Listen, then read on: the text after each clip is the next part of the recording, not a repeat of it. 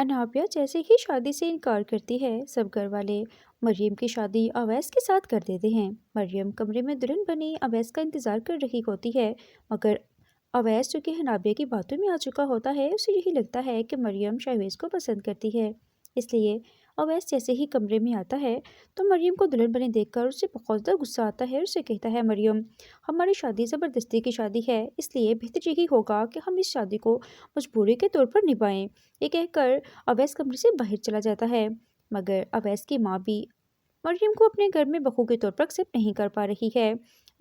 جب مریم اویس سے بات کرتی ہے کہ اویس، مجھے لگتا تھا کہ آپ مجھ سے شادی کر کے خوش ہوں گے، مگر یہاں تو حالات کی کچھ اور ہیں۔ جس پر اویس کہتا ہے کہ تمہیں کیا لگتا ہے کہ تمہارا جب دل چاہے گا تم مجھے چھوڑ کر چلی جاؤ گی، اور جب دل چاہے گا تم مجھے واپس اپنی زندگی میں پا لو گی؟ تمہیں میری فیلنگس کا کوئی احساس نہیں ہے کیا؟ یہ کہہ کر اویس وہاں سے چلا جاتا ہے۔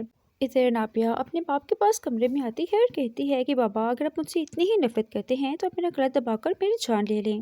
جس پر انابیہ کا باپ غصے کی حالت میں اسے کہتا ہے کہ اگر مجھے خدا کا خوف نہ ہوتا تو میں یہی تمہارا گلا دبا کر تمہاری جان لے لیتا۔ یہ سنتے ہی انابیہ اپنے باپ سے کہتی ہے کہ آپ میری جان لے ہی لیں، یہی آپ کے لیے بہتر ہوگا۔ انابیہ کا باپ اور ماں انابیہ کی وجہ سے بہت زیادہ پریشان ہوتے ہیں۔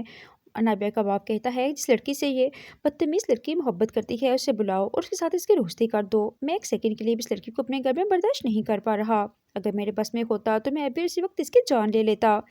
یہ کہہ کر وہاں سے انابیہ کا باپ چلا جاتا ہے۔ انابیہ پہنچ جاتی ہے شہویز کے پاس اور اسے کہتی ہے، شہویز اپنے ماں باپ کو میرے گھر رشتہ لینے کے لیے بھیجو، میں نے بہت مشکل سے اپنے والدین کو منایا ہے، میں نے ان کے قدموں میں بیٹھ کر اپنی محبت کی بھیک مانگی ہے، اگر میں اس وقت شادی سے انکار نہ کرتی تو کہیں میرے والدین میری شادی اویس کے ساتھ نہ کر دیتے، اور میں تم سے محبت کرتی ہوں اور تم سے شادی کرنا چاہتی ہوں۔ اب یہاں پہ شہویز انابیہ سے کہتا ہے کہ مجھے تھوڑا وقت چاہیے۔